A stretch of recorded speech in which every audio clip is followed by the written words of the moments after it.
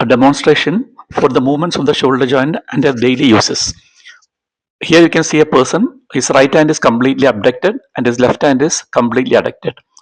You can see the person climbing the rope where the right hand is completely abducted and the left hand is completely adducted. This happens alternatively as he ascends and descends the rope. Here you can see after a smash, the shoulder joint is internally rotated above and externally rotated below.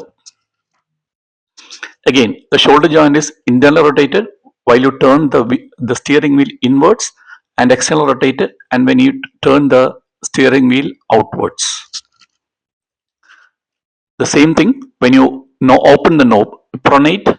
When you pronate, it goes down, and you supinate, it goes up. So what is above, the action above is pronation and the arrow below is supination. And a very common example, eating food. Now while you take the food, your hand is in a pronated position. While you supinate, your hand is in a eating, the fingers are near your mouth. So this is very important. The action of radial ulnar joint, the supination and pronation is very important while you have your food.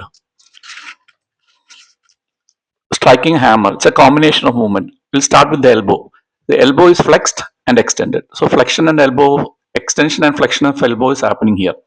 And similarly, the flexion and extension of your wrist joint, flexion and extension of the wrist joint is also happening while you hammer. Now the third one, radial deviation, ulnar deviation, that is also happening. You can see from the picture the radial deviation and ulnar deviation.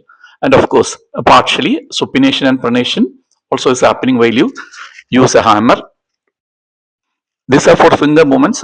We already discussed about the thumb movement.